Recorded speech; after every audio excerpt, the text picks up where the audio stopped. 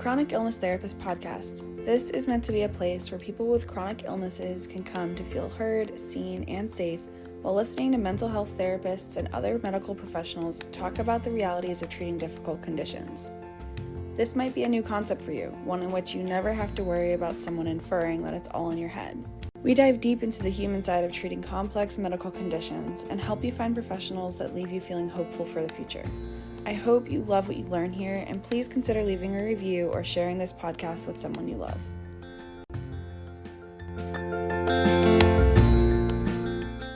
Are just kind of looking to learn the basics of acceptance work. What does it mean, and what skills can help you kind of lean into acceptance?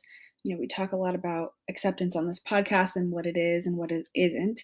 So I won't repeat that all here. But if you'd like to sign up for this membership, I'm still kind of figuring out exactly what it's going to entail, but I know it will at least have videos, training videos, and a transcription with each video, as well as like some worksheets when applicable. And eventually the goal is to have a community where people can chat with each other and kind of like a Facebook group, but I don't think it'll be on Facebook. I think it'll be on a different platform. So I'll keep you updated on that. If you're interested in learning more about that as I learn more about it and exactly what it's going to be, then sign up for the email list, and the link will be in the show notes. And I won't spam you with lots of emails, but just updates about what's going on in the membership and what it all entails. So thanks.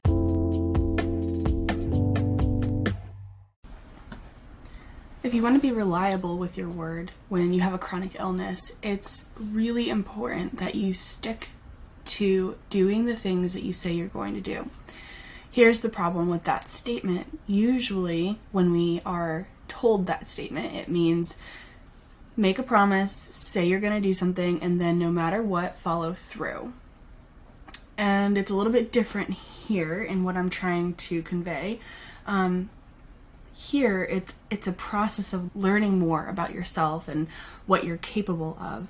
It's really a process of self-discovery and learning how to be able to say, here's what I can do and here's what I can't do. And so I will not tell you that I can do something that is going to either be beyond my capacity and cause a crash later, or is going to make me resent you because I'm doing it solely for you and it's actually taking away from me in some way or capacity.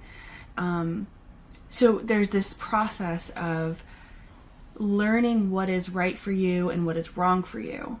And then again, even within that, there's nuance, because what's right for us isn't always this. In fact, a lot of times it's not this purely selfish thing of like, oh, this is the thing that's right for me, and therefore I will only do this thing. Like, for example, a lot of us, it's hard to like go out late at night or go to maybe like more than one function in a day. So what that might look like then is you don't plan to go to more than one function in a day the majority of your months and years. You really try to not overcommit to things, and you just focus on putting things on the calendar that are not going to make you overly fatigued, overly in pain, overly resentful.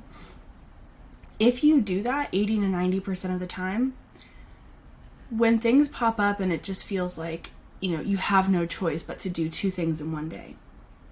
And also, this is important, if you make that choice to do more than one thing in a day, there should be a reciprocal relational aspect to it. So maybe you are doing this thing that you don't want to do, and it's for your loved one, your partner, your friend, your parents, whoever. They really want you there, and it feels really important for you to be there, and it's important for them that you're there. There's a difference in making this decision has to come with some kind of mutual respect. So the person is not just asking you to go above and beyond your means because they don't care about you and they don't believe that you have limitations. They're asking you to be there because it's just genuinely important to them. And because they're important to you, you decide, okay, reciprocally, like this is going to be a little bit more than I can handle, but this is a reciprocal interaction within this relationship with this person that I care about. And because of that, I will allow myself to kind of go a little bit beyond my capacity today. And I make sure that I have supports in place, meaning I'm able to not do anything the next day, or maybe this is just like a busy week and you can't really plan it to be so, okay, I'm going to overdo it today, but not tomorrow. Maybe you don't have a choice but to overdo it all weekend. You make sure that at some point when this wave of overdoing it passes, you don't just kind of collapse and crumble. You really have supports in place that allow for true, genuine rest. When you take the time to rest and allow for it, like it's blocked off time in your calendar, and you have deprioritized other things and prioritized rest, that's how you start to manage some of the resentment that comes along with not only like people asking you to maybe do more than what you're capable of, but resentment towards yourself too, for not being able to, quote, do as much as other people. Which, if you ask me, I think really since COVID, all of us have realized that our capacity is really a lot lower than what we thought it was. Personally, I think everyone has a much lower capacity than they claim to. We just overdo it in this country. So yes, with that said, when you have a chronic illness, you do have an even lower capacity than the average person. But I just think it's important to note that I really think all of us overdo it in some way or another. When we start to look for the similarities between us and other people, we can start to feel connected to them, even when it feels like our situation is so much worse or so much different than someone else's. So to bring this back round circle to being reliable with your word, there's quite a few things that go into this. And one thing that I didn't mention already was reducing shame and guilt. And the way that we start to reduce shame and guilt is really just even acknowledging that it's there in the first place. Really calling it what it is. Like, I feel shame or I feel guilty for not being able to do what I said I was going to do.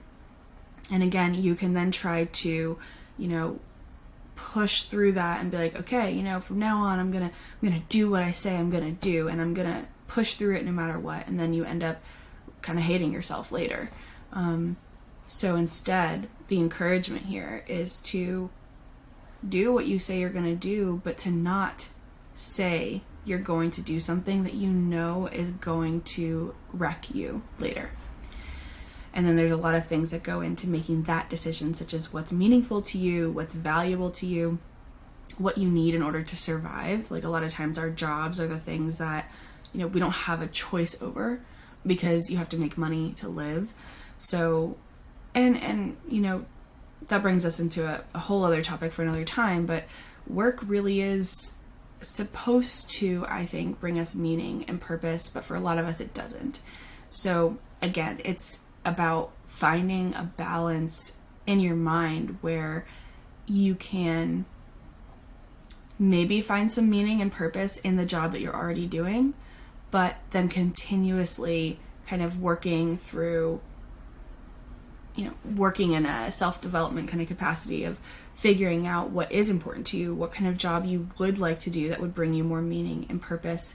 And again, that's a whole other episode, because there's a lot that goes into that. I think it's important to note how much goes into making these decisions, because on social media, you will find a million videos around, just do this thing and you'll figure out X, Y, and Z.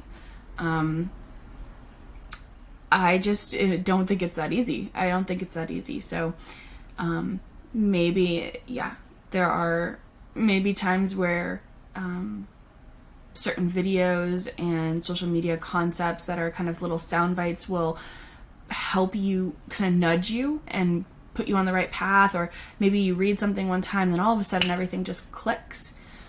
And if that's the case, that's fine, that's great, that's wonderful. Just know that it did take you multiple different like learning lessons before you got to that place.